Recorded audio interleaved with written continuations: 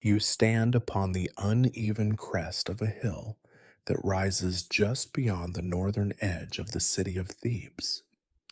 The stones beneath your sandals are sharp in places and worn smooth in others, as if the hill has been waiting here not merely for your presence, but for centuries of similar observers, each with their own private reasons to watch the plain.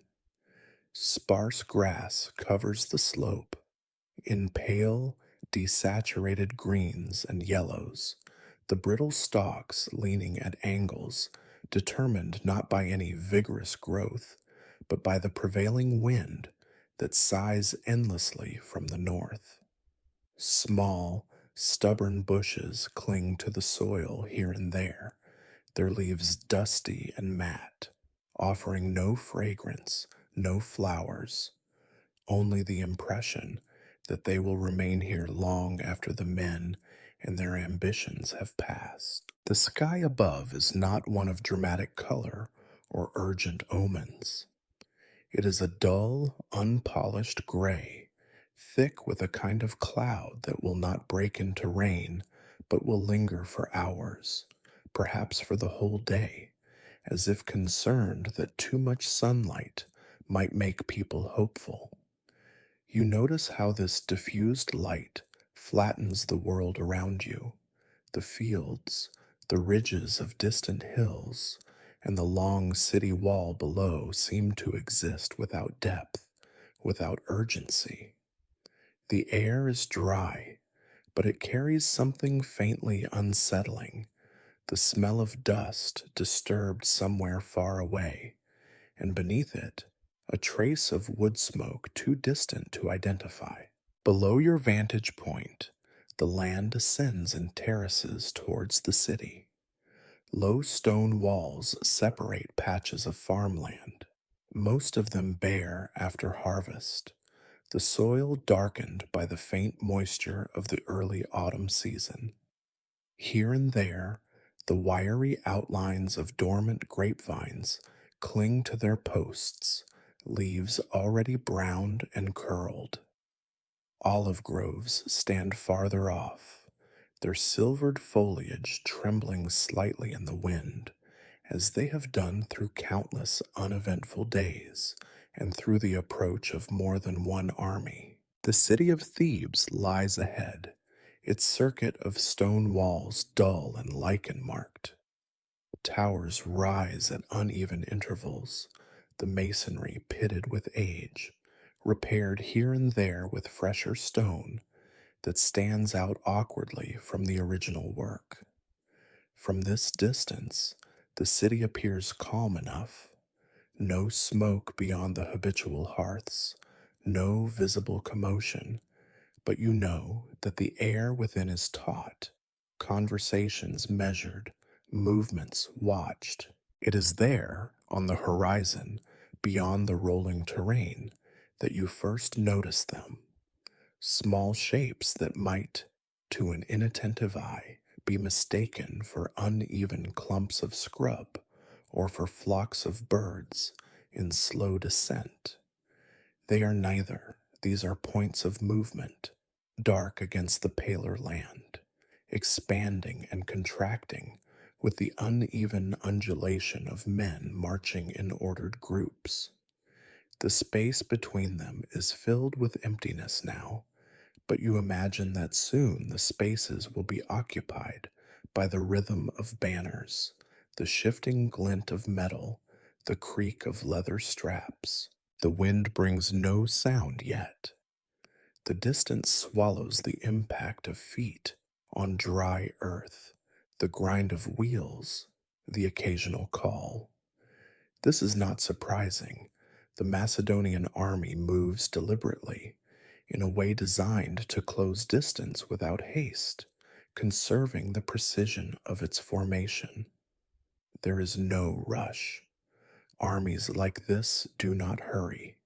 They advance with the certainty that nothing will meaningfully oppose them once they choose to act. You know enough of the history between your city and theirs to fill a long, cold evening. Thebes has never been consistent in its loyalties. There have been treaties with Athens, betrayals of those treaties, wary cooperation with Sparta, open defiance, quiet submission. Each decision leaves behind its residue, the embittered memory of those who lost, the reluctant acceptance of those who gained nothing. Against Macedonia, the ledger is not yet fully written. You remember hearing of skirmishes and negotiations, of envoys met with guarded hospitality, of words spoken in council chambers that were repeated in whispers on the street with slightly altered meanings. The hill on which you stand has seen it before. Perhaps not this exact army, not these banners or these leaders, but other forces have passed by in other seasons. The ground keeps no account of victories or defeats. It holds only the weight of the watchers, the marchers, the fallen. In its way, this hill is more constant than the walls of Thebes themselves, which have been built, broken, repaired, and altered in the span of a human lifetime. The shapes on the horizon shift again. A line that might be a row of carts tilts into view, momentarily visible between the irregular folds of the land. Beyond them, a faint, darker band suggests cavalry, though at this distance it is difficult to tell whether they are moving horses or merely the imagination rearranging shadows. You continue to watch, because watching is all that is required of you for now, and because there is nothing else to do. You think of the city below, unaware of every small movement you can see from here.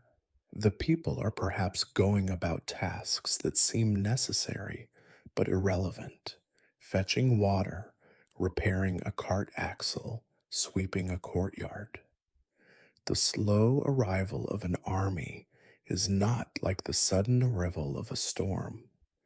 There is no moment of absolute change, only the gradual replacement of the ordinary horizon with one that contains more metal, more dust, more purpose. The plain stretches out before you without any interruption of beauty or drama.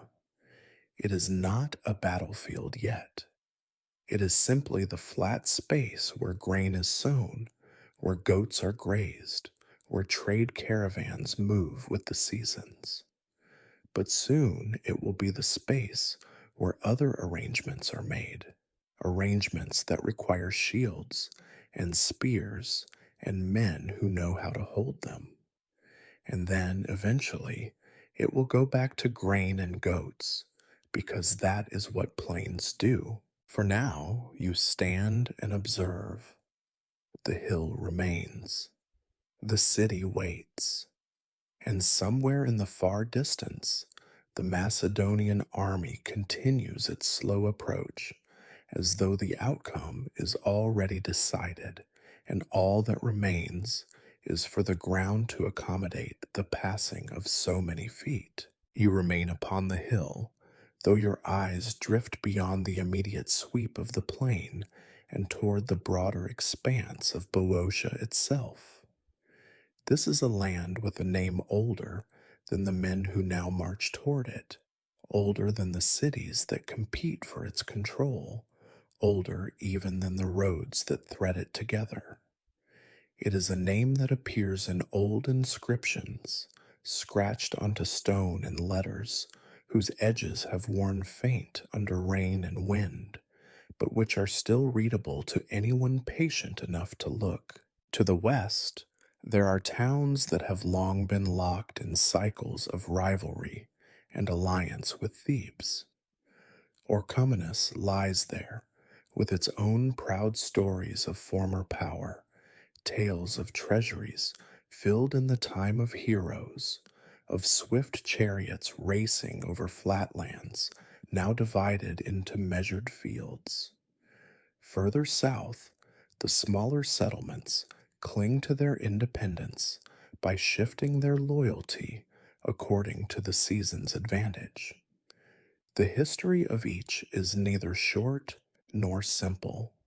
Long before the Macedonians conceived of their present campaign, Boeotia was a web of agreements and betrayals so intricate that only the most meticulous chroniclers could trace them all without error. Thebes, for all its prominence, has rarely held the land in a grip unchallenged. At times, the balance of Boeotia tilted toward federations, a league with Thebes at its head, extracting tribute, dictating policy, enforcing military service. At other times, it fractured into its constituent parts, each city left to fend for itself. War and peace have alternated here like the seasons, though without the same reliability. Sometimes the peace lasted only as long as a caravan could move from one city's market to another without interruption. Sometimes war dragged on so long that entire generations knew nothing else. The land itself bears the weight of all these events without preference. Its soil is fertile, its rivers dependable, its hills low enough to be crossed without exhausting a man or a mule. You recall how, in your youth, elders spoke of the Kopai's marsh, once a broad expanse of water, now drained in places for farmland, but still capable of reclaiming the low ground during seasons of heavy rain. The earth here does not resist human use. It accepts seed and plow without the hostility of stony ground or thin mountain soil. This generosity has been both a blessing and a curse, for it makes the land worth taking and worth defending, and thus worth fighting over. You can imagine, if you allow your mind to drift, how the same plain you see now once hosted the armies of Thebes and Sparta at Leuctra, not so very far from here. That battle, some 40 years past, altered the balance of all Greece, elevating Thebes to a power that could humble even the famed Spartan hoplites. But such triumphs are not eternal. The memory may still burn bright in the minds of the aged, but the stones of the battlefield have grown cool, and the grass has regrown where shields once clashed. In time, even the names of the dead blur together. If you turn your gaze eastward, beyond the city walls, you can trace the faint line of the road toward Chalcis in Euboea. This is a part of the network of ancient paths and newer, straighter roads that bind the land together. The one you follow with your eyes might once have carried columns of Theban troops toward campaigns in the north, or merchants hauling amphorae of wine and oil to coastal ports. It might also have carried refugees, silent lines of them, moving away from the latest sacking of their homes. Roads in Boeotia carry not only goods and people, but the memory of their passing, though it is a memory recorded only in the wear of stone and the deepening of ruts. The wind shifts slightly, and you catch a clearer view of the Macedonian columns now spreading further along the horizon. They do not seem hurried, but they are consistent, and that consistency is more unsettling than haste. An army that moves without urgency is an army that expects no real obstacle ahead. Your thoughts return to the Macedonian king, Philip II, and the reforms he has imposed upon his forces. The creation of the long spear phalanx, The disciplined coordination between infantry and cavalry, the use of siege engines transported with the army, these are not the practices of a force improvising its way through war. They are the calculated methods of a state intent on bending the world to its will. Thebes has faced invaders before, but rarely one so methodical. You know, though you do not like to dwell on it, that the city's own political choices have made matters worse. The quarrels with other Greek cities, the alliances made for short term gain, the hesitations in deciding whether to oppose or appease Macedonia, each has left Thebes more exposed. It is as if the city has been standing in the open for too long, glancing at approaching clouds and convincing itself they will turn aside.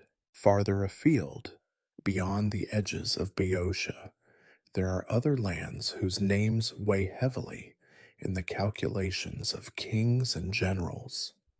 Thessaly, with its wide plains and formidable cavalry. Phocis, still scarred from the sacred war, its fields less fertile than they once were, its people fewer.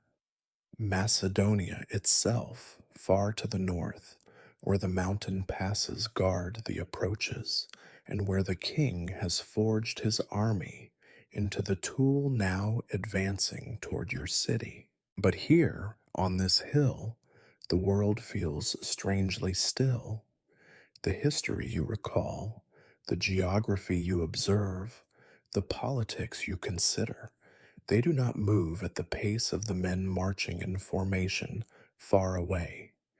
They exist in another kind of time, one that stretches back before you were born and will extend after you are gone. You know that armies can be destroyed in a day, but the alliances, grudges, and ambitions that drive them take decades to form and even longer to fade. From this vantage point, Boeotia is simply itself, a patchwork of fields and roads, groves and streams, cities and ruins. It has been ruled from Thebes, from Athens, from Sparta, and perhaps it will soon be ruled from Pella. Whatever the outcome, the land will remain, patient in a way no man can be. The Macedonian army will pass over it, just as the Spartan army once did, just as Theban columns marched out to their own campaigns, and just as nameless bands of raiders once crossed it in the time before cities had stone walls. And so you stand, letting your eyes wander over the familiar distances. The Macedonian banners grow incrementally clearer against the dull horizon, but you do not yet hear their sound. That will come in time, as all things here do. The figures on the horizon have grown distinct enough that you can no longer pretend they are anything but soldiers. The Macedonian phalanx advances not as a scattered mass, but as an arrangement of lines, each one aligned with deliberate precision. From here, you see the faint shimmer of metal, not bright flashes, for the sun is muted behind its haze, but dull gleams along the angles of helmets and the points of long spears. It is the kind of light that does not dazzle, only affirms that the weapons are real and numerous. The sarissas, the famed long spears of the Macedonian infantry, are carried at an angle, their tips projecting forward in a forest of identical points. Even from this distance, you can see the order of it. No spear is raised too high or dipped too low. No rank breaks its spacing. They advance in step, not hurried but constant, as if each man's pace is guided by an invisible metronome. You know from what you have heard, perhaps from veterans of other battles, that such order is not easily broken. A wall of men holding spears this long can be difficult to penetrate even for seasoned hoplites accustomed to shorter weapons and looser formations. Behind them, slightly offset, other units move with equal precision. Light infantry in shorter tunics carry slings and javelins, their movements less rigid than the phalanx, but no less purposeful. Cavalry rides in measured ranks, their horses' heads bobbing in rhythm, the rider's posture upright and calm. Somewhere among them will be the companions, the elite horsemen who ride closest to the king himself, men trained not only to fight, but to react as one body to his commands. You have heard of the reforms that brought this order into being. Philip II took an army that was once a loose assembly of regional levies and turned it into a professional force. The sarissa gave his infantry reach, the training gave them cohesion, and the integration of cavalry and siege engines gave them a completeness rarely seen in Greek warfare. Other cities still train their soldiers for a season and send them home to their farms. The Macedonian soldiers train year round, their lives organized around the requirements of the king's campaigns.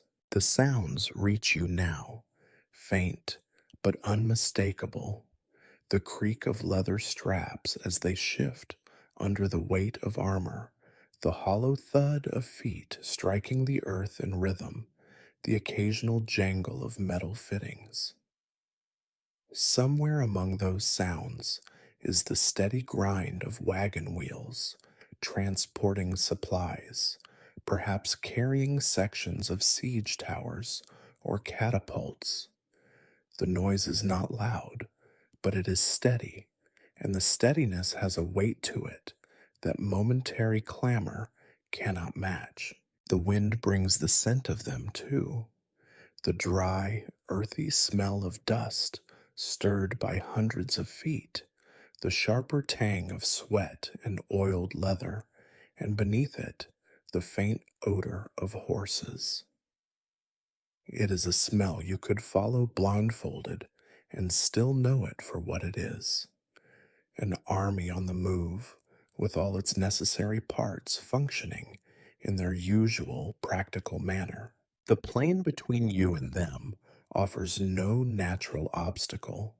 A few low ridges and scattered trees, a line of dry stone walls marking the edges of cultivated plots, a shallow stream bed nearly dry at this time of year. None of these will slow their approach for long. You know that armies prefer to camp near water, and you wonder whether they will choose a position close enough to the city to make their presence inescapable, or far enough away to avoid immediate engagement until they are ready. There is no sense of rush.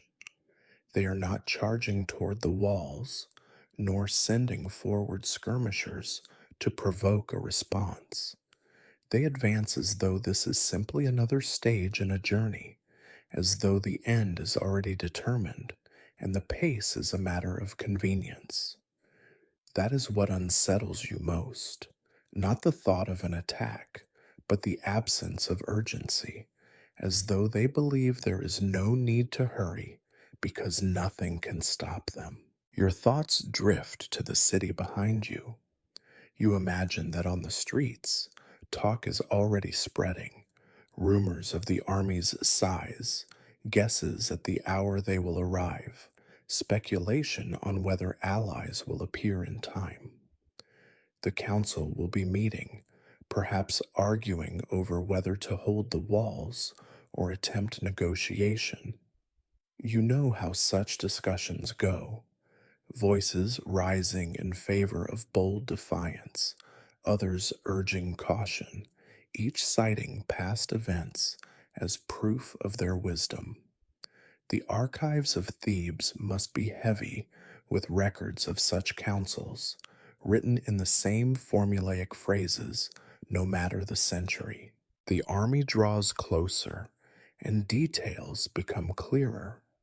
You see the insignia on some of the banners, sunburst patterns in gold on dark cloth, the emblem of the Macedonian royal house. Others bear simpler designs, indicating specific regiments or regions from which the soldiers were drawn. You notice that even the camp followers, those who carry extra supplies, tend to animals, or perform other necessary tasks, move in an orderly fashion. There is little of the chaotic tale that often follows Greek armies, with its merchants, entertainers, and opportunists. Here, everything moves according to plan.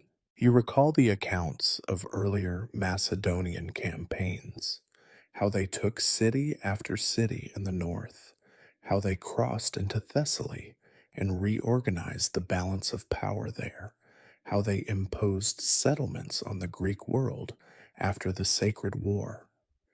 These were not impulsive ventures. Each step was prepared, each enemy isolated before being engaged. If Thebes now stands in their path, it is not by accident. The wind shifts again, carrying the sound of a horn, low, sustained, and unhurried. It is not a signal to charge, merely one of those periodic notes that maintain the rhythm of the march. You wonder how many more such signals will sound before the army halts for the day, and whether they will choose a position within sight of the city walls. From your vantage, it feels as though the ground itself is moving toward you, the measured pace of the phalanx altering the landscape inch by inch. You think of how, once they have arrived, they will not vanish in a moment. Armies that march this way do not pass by like a caravan. They remain, pressing their presence into the soil, into the air, into the thoughts of everyone who sees them. The sun, though still hidden behind its veil of cloud, has shifted enough to cast longer shadows on the plain. These stretch toward the city now, as though they are an advance force of their own, reaching ahead to touch the base of the hill where you stand.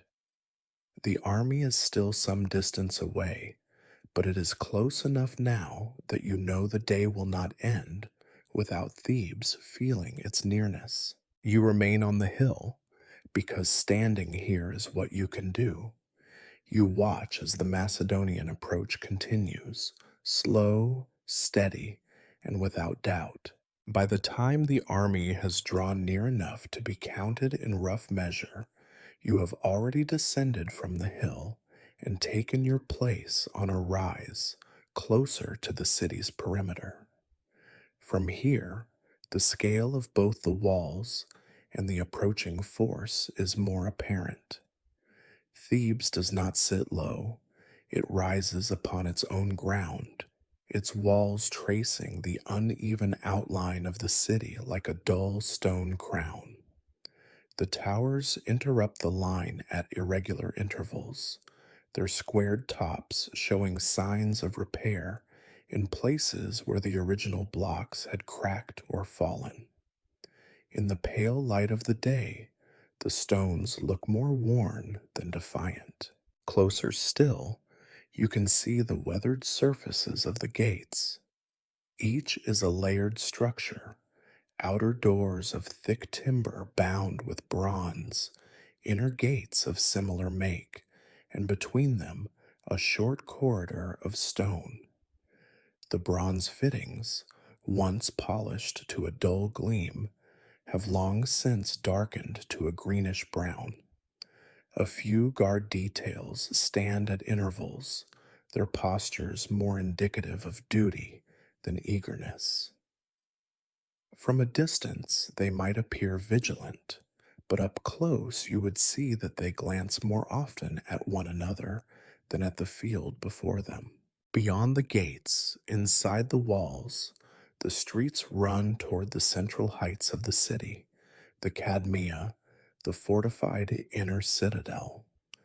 From this vantage point, you can trace the way the streets climb upward in narrow, bending lines, hemmed in by houses whose tiled roofs form uneven slopes.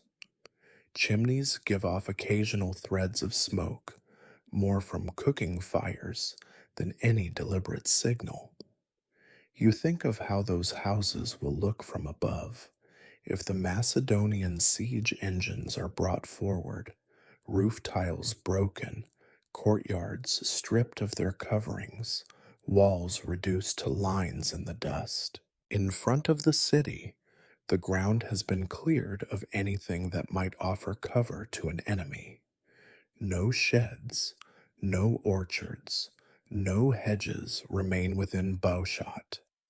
The soil here shows scars of earlier works, trenches filled in, stakes removed, ditches long since flattened by the passage of men and carts. In places, you can see fragments of older stonework, perhaps from a previous fortification line or from houses pulled down to deny the enemy shelter. Such spaces are never left empty for long in peacetime, but the present tension has ensured they remain bare. The Macedonian vanguard reaches this open stretch by late afternoon. The sight is not one of sudden chaos, but of measured preparation. Units peel away from the column, each taking its place according to a pattern that seems prearranged.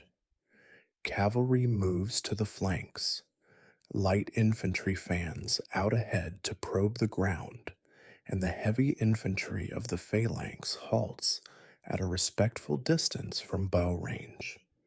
There is no rush to close the gap. They appear content to let the city's defenders watch them. Closer to the riverbank, if the seasonal stream deserves so grand a name, you see teams of soldiers unloading materials from carts, lengths of timber, bundles of reeds, even heavy ropes. Perhaps they will be used for palisades or for the beginnings of siege works. The Macedonian approach to warfare leaves little to improvisation. Each action is part of a sequence leading toward the conclusion the commander desires. From the city walls, the defenders look down. A few archers rest their bows against the parapets, though they do not yet nock arrows. Others stand with shields slung on their backs, talking in low voices. Somewhere above the main gate, a bronze gong sounds, slow, deliberate strokes that carry across the open ground. It is not an alarm, merely an acknowledgement that the enemy has arrived. Thebes has known sieges before. You think of the Spartan encirclement decades earlier, when the city's alliances and betrayals had brought the Lacedaemonians to its gates. You think of the more recent troubles during the Sacred War, when fortifications were hastily repaired and garrisons reinforced. Each time, the walls held, sometimes through strength, sometimes through negotiation, sometimes through the exhaustion of the enemy's patience. But you also recall that no wall is unbreachable if the besieger has time and resources enough. The Macedonian camp begins to take shape just beyond the range of Theban missiles. Rows of tents are staked in straight lines, the canvas dull with dust. Fires are lit in shallow pits to keep the smoke low, so as not to obscure signals or give unnecessary warning of their position. Supply wagons are parked in ordered rows, their contents guarded by small detachments. A corral is set up for the horses, with sentries posted on its perimeter. From a distance, the entire arrangement resembles not so much a temporary camp as a small, newly founded town, orderly, purposeful, and designed to endure. The walls of Thebes stand between you and them, but you feel the weight of their presence all the same. The measured pace of their arrival, the calm with which they establish their positions, all suggest that they do not regard the city as a dangerous opponent. To them, this is a matter of procedure. Thebes is one in a sequence of tasks to be completed, not a singular challenge. Evening comes slowly, the dull light shifting to a muted bronze. Shadows deepen along the base of the walls, and the fires in the Macedonian camp begin to show as small, flickering points. From the higher towers, you imagine the view must now include the full shape of their encampment, neat rows of tents, straight paths between them, lines of equipment laid out in readiness. The sound of the camp carries faintly, low voices, the occasional clink of tools, the snort of horses settling for the night. Inside the city, preparations will be underway. Stores of grain and oil counted and secured, cisterns checked for their water level, spare weapons distributed from the armories. Such tasks have no urgency until the enemy is visibly present, and then they must be done all at once, each overseen by someone who insists on proper records.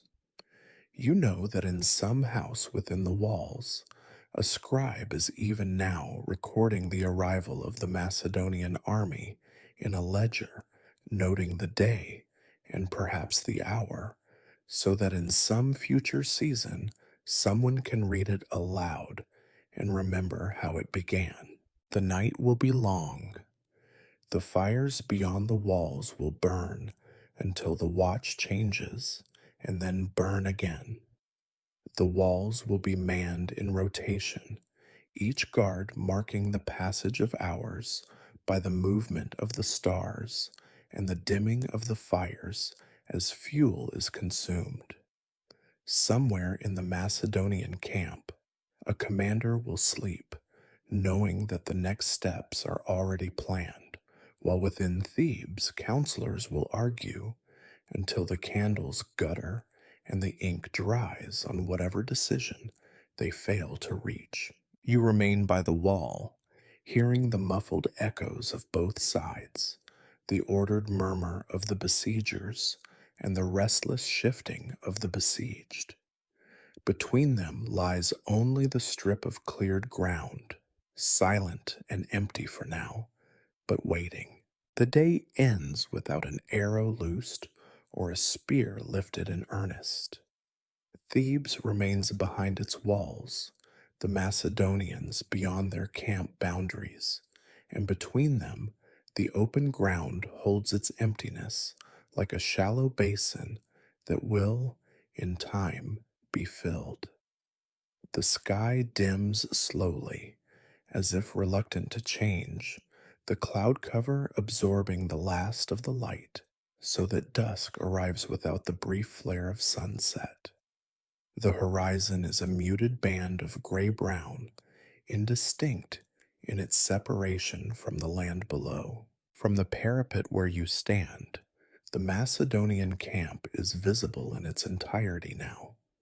The lines of tents are straight and deliberate, each row equidistant from the next. Fires burn in contained pits, their glow held low by the discipline of the camp's arrangements. You can see shadows moving against the firelight, soldiers bending over cooking pots, men adjusting straps, figures passing water skins from hand to hand. It is not chaotic. It is the quiet hum of activity within a system that has repeated itself in many places before this one. The sound is subdued but constant. Horses shift in their enclosures, their hooves striking the packed ground with dull thuds. The occasional call of a sentry drifts across the night air, answered from a distance. Somewhere in the camp, the flat rhythm of a mallet striking wood marks the securing of a stake or the repair of a cart.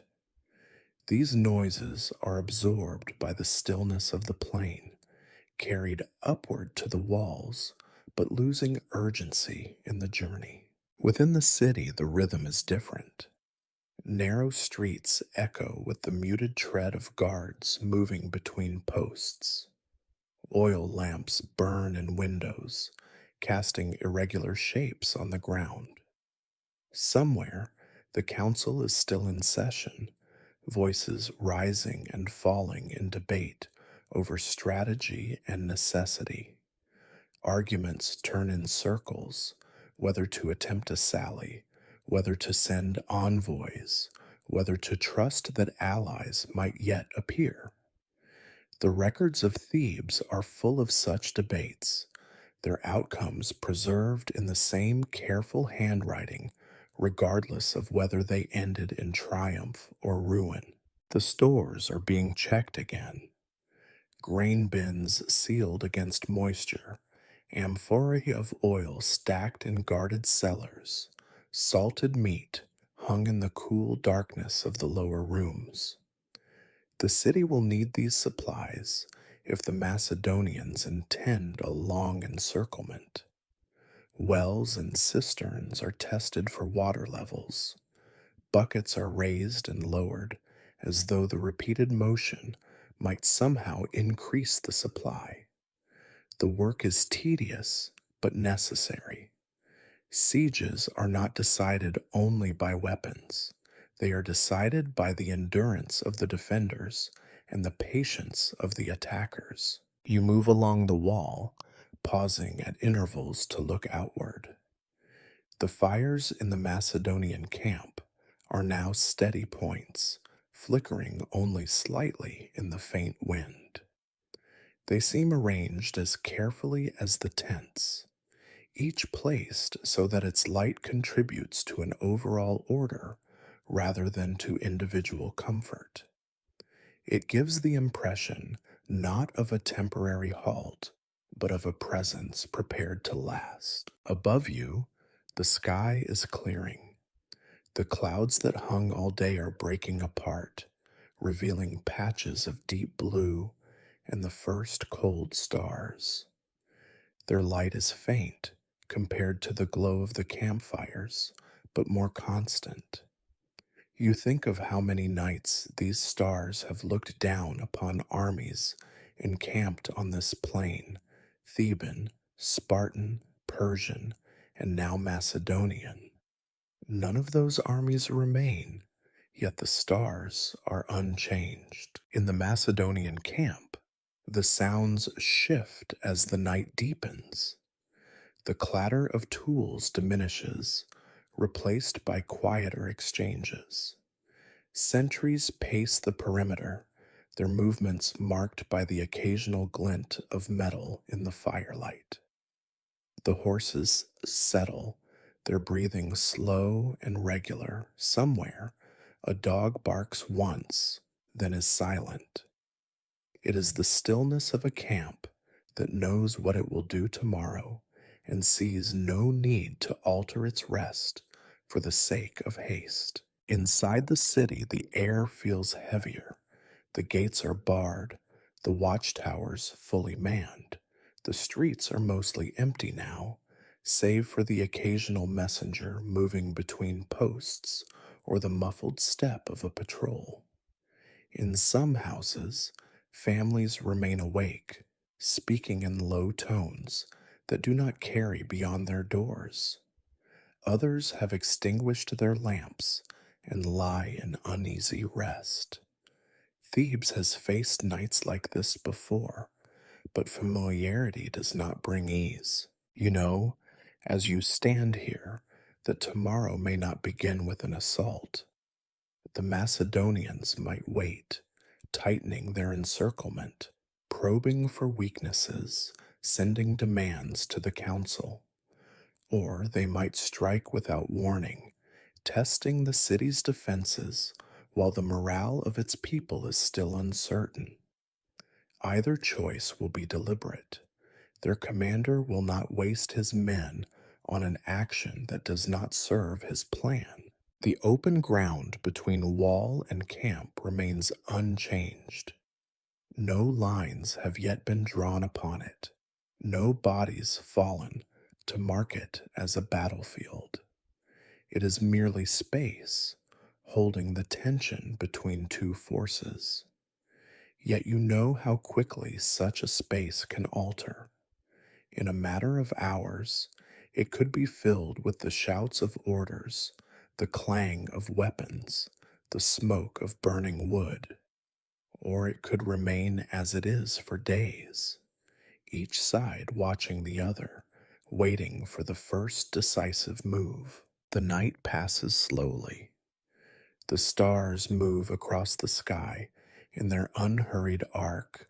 The fires in the camp flicker lower, and the city's lamps are extinguished one by one. You stand on the wall until the chill of the air settles into your bones. Somewhere behind you, a watchman strikes a small gong to mark the change of guard. The sound is dull, without urgency, and so, on the eve of the clash, there is no clash. Only two presences facing one another across a strip of ground, each holding its position, each certain that time is on its side. Thebes waits behind its walls. The Macedonians wait beyond their campfires. And you, standing between the two in thought, if not in position, wait as well, because waiting is, for now, the only act possible.